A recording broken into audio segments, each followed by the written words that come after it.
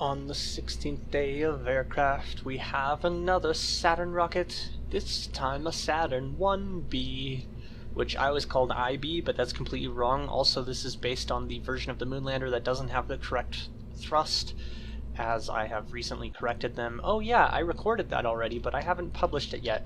Or maybe I have. Actually, I'm doing things in advance, so I don't know what's going on. You'll either know what I'm talking about or you won't.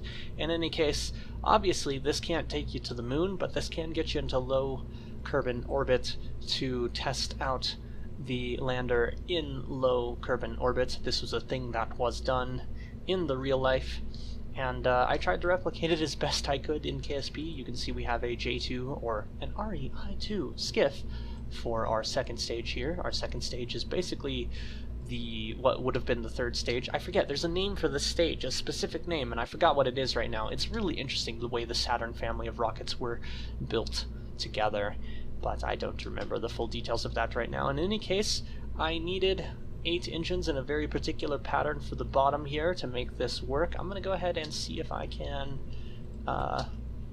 yeah, that's going to put the thing at the top there, and I'm just going to drag it. Wow, that didn't go very far. I'm going to drag it all the way up here, and this should let us get a better view of the bottom of the rocket. You can see we have a lot of winglets, and we have 8 engines attached to an engine plate down here. It's a 4x4 engine plates, but then there's 4 engines also in the middle here, and they are clipped quite massively, but I felt like this gave me a good approximation of the actual look of the bottom of a Saturn IB rocket. And you can see we have a hollow center core here.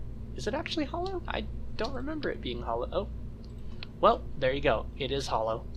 And you can see all of these were, I think, radially attached, which is why they came off so easy. You can see we have a little adapter piece here for the aesthetic purposes. I'm going to go ahead and not save that and open it again, just so I can show it to you without accidentally undoing things, because KSP has forever had a bug with undos, where when you undo one thing, it sometimes undoes more things than just that and resets certain parts settings, and that has always been annoying. But regardless of that rant, as you can see, these engines are slightly offset, as well as being in a different position than one might expect. And a very interesting thing about this, we have a thrust-to-weight ratio below 1 for the first stage, and that's because while these engines were the closest I could get to the correct engine, they're also one of the cheapest engines in the game, and it's very close to correct, but not quite. And here we are. So the important thing to remember, I forgot if I was in the middle of saying something or not, because I got distracted by real life being a bit strange. In any case, I'm going to go ahead and engage the SAS, fire the engines, wait a second for them to get to a 1.0 thrust-to-weight ratio, and then detach. And as you can see, we get off the pad very, very slowly with this particular design. I don't know if that was a real thing in the real rocket. I know that rockets typically fire their engines and have a hold down period before they are released anyhow, so as far as I'm concerned, that's what this is, and it's perfectly fine, and there's no reason at all to complain about the thrust-to-weight ratio. Excuse me. The second stage, of course, has a very low thrust-to-weight ratio as well. It gets higher, it gets better as we get higher into the atmosphere, because it do badly in atmosphere. So just like the Gemini that I showed the other day, I'm going to need to take this to a higher plane of existence before the words that I'm looking for that I can't remember all of a sudden. Sorry about that. It needs a steep trajectory. That's what I was trying to say. So, just like the Gemini, we've used the majority of our fuel before getting out of the lowest part of the atmosphere. And just like the Gemini, I will intend to keep this pretty much vertical, although I'm going to adjust the altitude, the attitude slightly, because it had us going slightly retrograde of where we need to be. And it's not quite behaving right this moment. I'm not quite sure why, but I'm trying to get it into a better position, and it's just acting a little weird. I think we've pretty much got it. It's at least in a little bit better position now. And as you can see, we're getting out of the thicker atmosphere now. I'm going to go ahead and look at our apoapsis. It's still quite low, and our thrust-to-weight ratio on the next stage is also still going to be quite low, which is why I wanted to get us higher before we get further. And as you can see, I detach that and fire up the next stage engines right away, and then decouple the escape tower.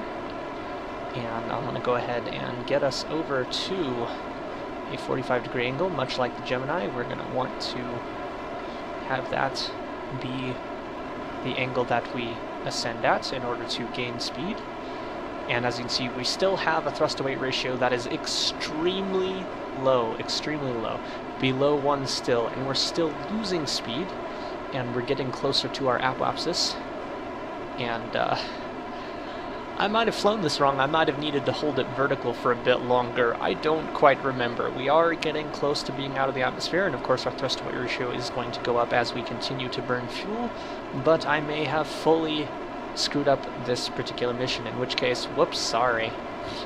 And another thing I'm going to do different, just because I have probably screwed up this mission, or at least significantly reduced the likelihood of it working, is as soon as our atmosphere monitor reaches this point, or I reach 45,000 meters, I'm going to ditch the fairing a bit earlier than I otherwise might, because I think that might just be a better idea at this point. Hold on, let's get ourselves back on 90. There we go.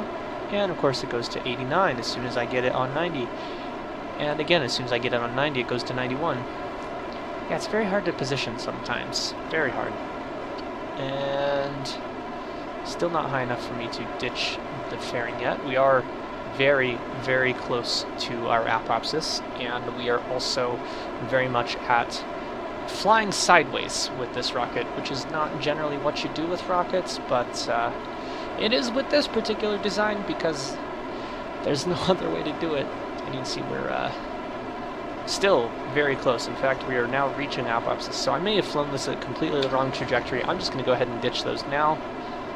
Bye! You can see just how little thrust we have by the fact that those fell away very slowly, even though we're under maximum throttle, and we are falling. Yeah. Like I said, I don't remember if I may have flown this completely wrong. I'm gonna go ahead and turn our try and get us back on 90. No, 90. Not 92. Not 91. 90. No, 90. Yeah, it's very hard. It's very hard to keep it on 90. I don't know why it's so hard. It really shouldn't be. But yeah, we're falling. This is great. This is very great. We're not getting into orbit today. I don't remember how to fly this properly. Of course I don't. Looks like. That's unfortunate. Oh wait, we're going back up again. Cool, I've done something right. I mean, sort of right. It's still not right, but it's closer to right. Also, I don't know why we suddenly changed our pitch there, but we did, and that was interesting. And also, I probably shouldn't have taken the fairings off, considering we are having, yeah, we're having significant drag and some aero effects here as we are burning the side of the rocket coming up. So yeah, I should have kept that on. Oh well. What was I thinking? Nothing good, I'm sure. We're definitely not going to orbit, though. I definitely screwed that up. So, whoops. Don't remember how to fly this rocket. I think I'll try launching it again, but this time I will give very minimal fuel to the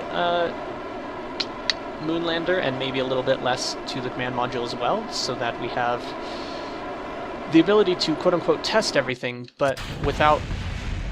Oh yeah, I forgot that if I didn't throttle down before doing that, it would just blow everything up. So yeah, let's just spin rapidly, and there we go. I'm sure that's safe. Of course, I can't leave you on that abysmal of a failure, so here goes attempting a better version.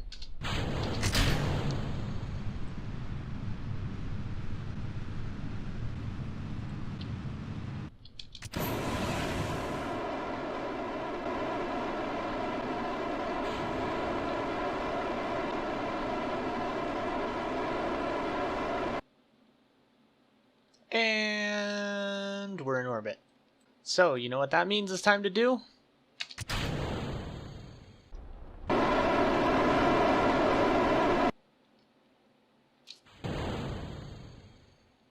What?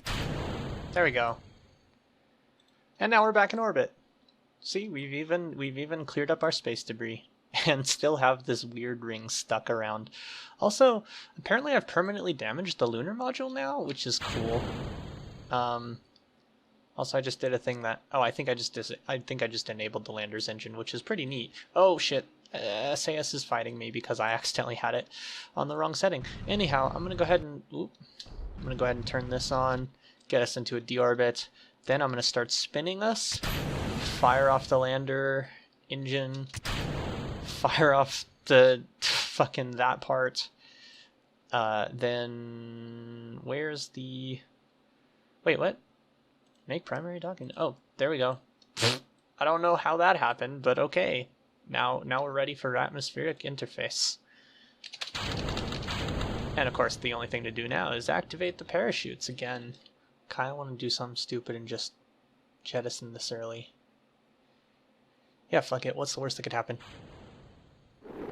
And now you can see why heat shields in low Kerbin orbit are completely unnecessary. Anyhow, you've seen this before. I'm gonna go ahead and stop now, cause I got things to do.